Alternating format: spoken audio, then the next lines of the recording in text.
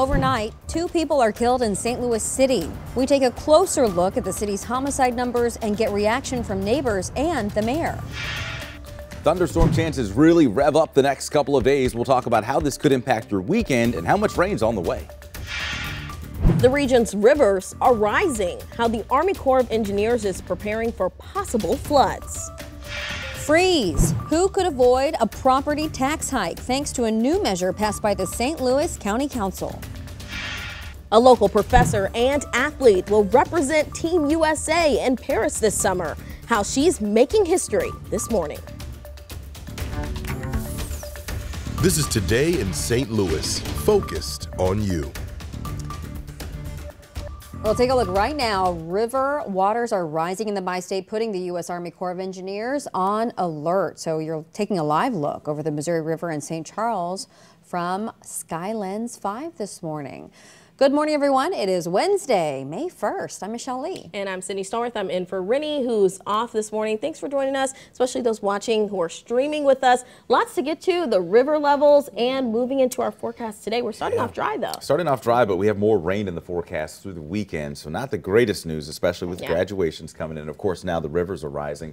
So we're keeping an eye on that. I don't think we're expecting major flooding, but this is the first time that we've had it this season. Usually the Mississippi and Missouri do rise on occasion in the early spring, but we just didn't have a lot of snow, especially north of St. Louis this past winter. So we're waking up with some clouds around this morning, a beautiful sky over downtown St. Louis, and it's the clouds that offer that beautiful sky because the sun comes up, hits the water droplets in the clouds, and reflects and refracts all of those colors. So we're at 65 at Lambert. Numbers are in the 60s area wide. A few places like Flora at 59, even Litchfield 59, but a warmer start to the day. Highs will be just like yesterday, up to 82. But look at the map. Thunderstorm chances start to increase this evening. We'll talk about that and a look at the rest of the week's forecast as more rain is expected through Saturday.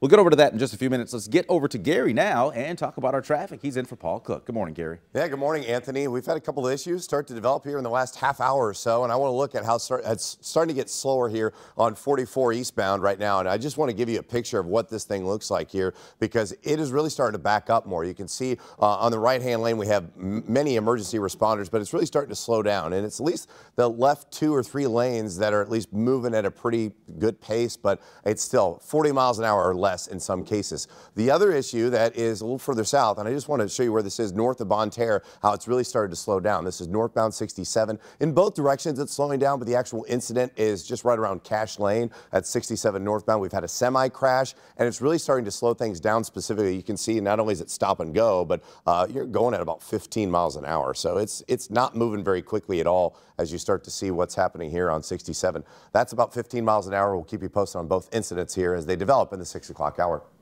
Thanks so much, Gary. New this morning, a man is dead after a shooting in North St. Louis. And according to officers on the scene, he was found in a small alley off Harper near North Grand, and that's right by the Natural Bridge Avenue and Fairground Park area. He was rushed to the hospital where he died.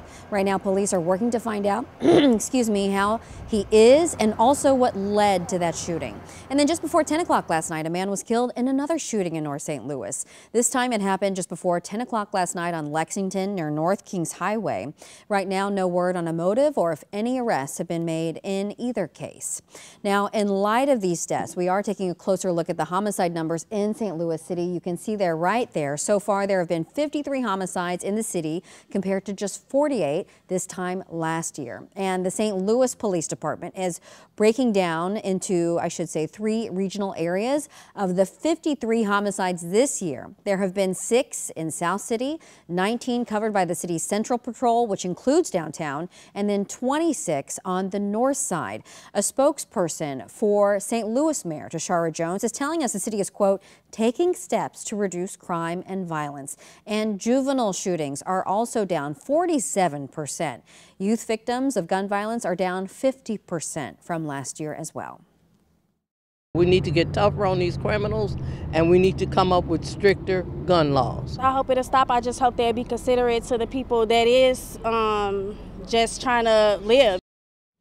And we will continue to follow these cases as well as the government and community-based efforts to combat crime. If you want to read more information on these findings, you can head to KSDK.com or download the 5 on Your Side app. It is free. Just search KSDK on your phone's app store. Also this morning, there's a push to put money back into the pockets of our seniors in St. Louis County. Our Travis Cummings joins us live this morning. He's in Clayton with more on the measure that lawmakers just passed last night and what all of this means for you. Good morning, Travis. Good morning, Sydney. We're live at the county government building where just hours ago, county council members gave final passage to a senior tax freeze. And I got to tell you, it's been a long time coming for this legislation and this push. This is who it will affect and when it's going to take effect here.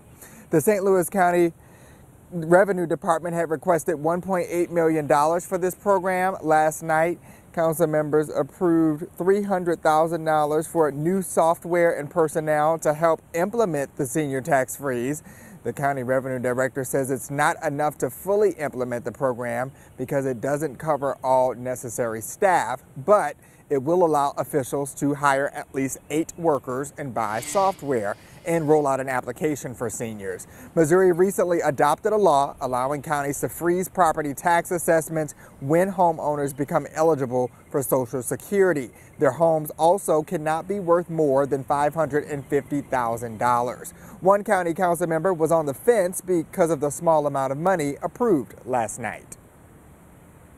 6 months from now, and remember, I said that, these same people up here will be considering and arguing whether or not to appropriate somewhere in the neighborhood of $1 million to properly fund the Department of Revenue next year to implement the tax cap that they're trying to finance with $300,000, which will buy software that will effectively sit on a shelf and do nothing. Senior property tax freezes have also been approved in St. Charles as well as Jefferson counties and also in St. Louis City. The application should be ready to roll out for seniors here in St. Louis County by July. Coming up in the next half hour, I'm going to tell you about another big move that the county council members made last night when it comes to the Rams settlement money. We'll take a look at what's being spent and how. Live in Clayton, Travis Cummings, 5 on Your Side. Thank you, Travis. Let's get to the latest on our developing stories this morning. The case will continue this afternoon against a 15-year-old Hazelwood East student accused of severely beating a classmate. The confirmation hearing today is ahead of next week's hearing to determine whether this teenager will be tried as an adult. Happening today, McDonald's is holding a fundraiser for a teenager who was attacked while working at a St. Louis County restaurant. 15-year-old Araya Lynch was assaulted last month at the McDonald's on Parker Road. Her skull was actually fractured and she suffered other severe injuries. The money raised today will go towards her medical expenses, and the fundraiser will run from 11 this morning to 4 o'clock in the afternoon at the Florissant restaurant. A 25-year-old man in the meantime is charged with assault. The clock is ticking for federal lawmakers to pass funding for those affected by radioactive material. This morning, the new push from 2 Missouri members to pass this bill. River levels are high in our area. We're live in St. Charles with how this impacts those who work and live along the Missouri River.